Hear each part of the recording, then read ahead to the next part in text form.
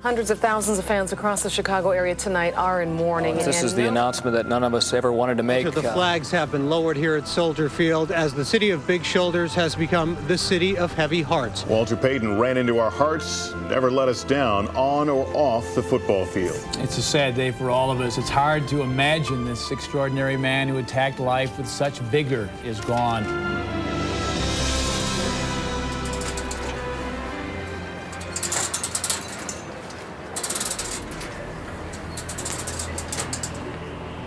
For all the young sweetnesses out there, let me give you some advice from someone who's kind of stood in his shadow for a number of years. Don't measure what you do against what Walter did. Try to do it better than anyone else has ever done it, and Walter will be proud of you.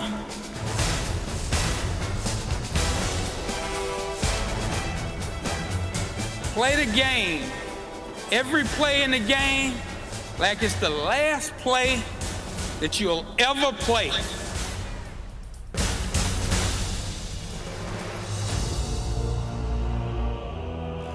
I'm very happy that the Chicago Bears team of 1999 is here today, because you have to understand how special it is to be a Chicago Bear. Walter Payton always did. And if he could say one thing about going up to Green Bay, I know what it would be, because he used to tell us that every week. Play your ass off. That's all he ever wanted from us.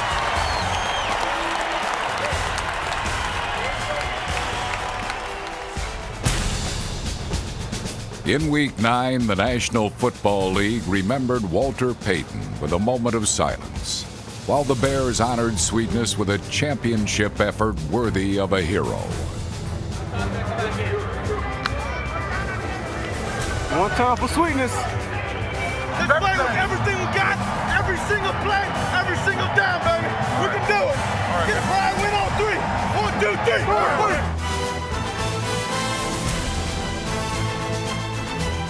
There's a handoff to Milburn. Milburn's got an open field to the 40. First down to the 35, the 30.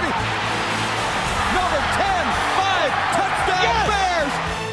Facing their oldest rivals, the Bears held the high-powered Packers to a single touchdown.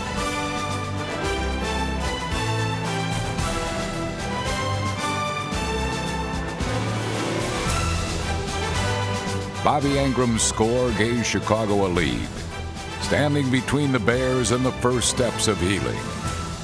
A chip-shot field goal. This will be a 28-yard attempt. Somehow, some way, you got to find a block. The ball is down. The kick is blocked. They blocked it, and time has expired. Brian Robinson. MVP. I'm going to make it an addendum here, and I know you guys are going to agree. The MVP is a tie today. Brian Robinson and Walter Payton. Amen. Okay. We can't argue with that. In 1 week's time, this young football team learned what it's like to belong to the Bears football family. By beating the Packers, they not only paid tribute to a legend, but to 80 years of Chicago tradition. Entering the new century, this proud group will continue fighting and continue building the legacy.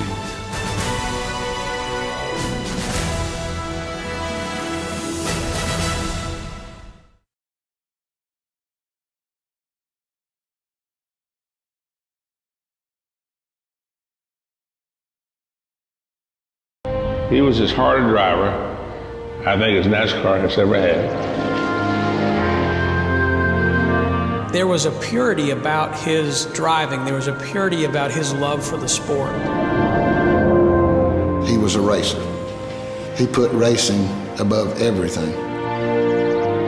He raced his way to have everything he had. And without racing, he didn't have nothing. I think there was a real war going on inside it. One that he had to win. There was nothing that he did that he didn't want to be the best at. I never saw anybody any better than him. Well, he's just almost like Superman, just invincible. I think he worked hard on portraying himself as the tough guy, but if you looked in his eyes, the guy was a very kind man. He was every man on one hand and virtually a Superman on the other.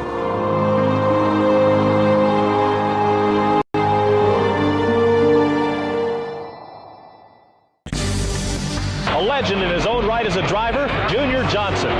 And there's the checkered flag. Richard Petty wins the Daytona 500. And Dale Earnhardt will celebrate his record-tying 7th NASCAR Winston Cup championship. I always had the feeling that we had the best racing in auto racing. You either get bigger or you get smaller. You can't stand still.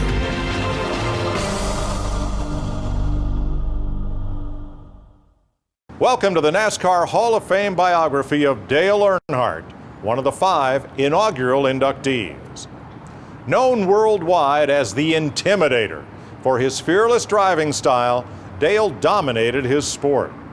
To his legion of fans, he was one of their own, a Pied Piper for the masses, leading them by droves to the gates of stock car racing. Here is Dale Earnhardt's story, as told by friend and news anchor Brian Williams. Dale Earnhardt wasn't just a racing hero.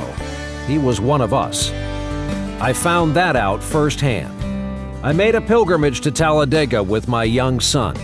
I introduced him to Dale. Dale let my boy touch his famous black number 3 Chevy and said it was for good luck.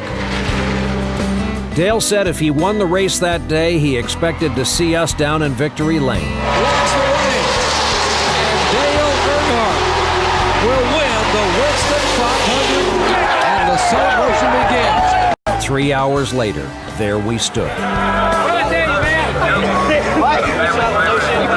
Some people become heroes because they live above the rest of us. But the real heroes are the ones who never leave us. They never forget where they came from, and they honor us by embracing us back. That describes my friend Dale Earnhardt.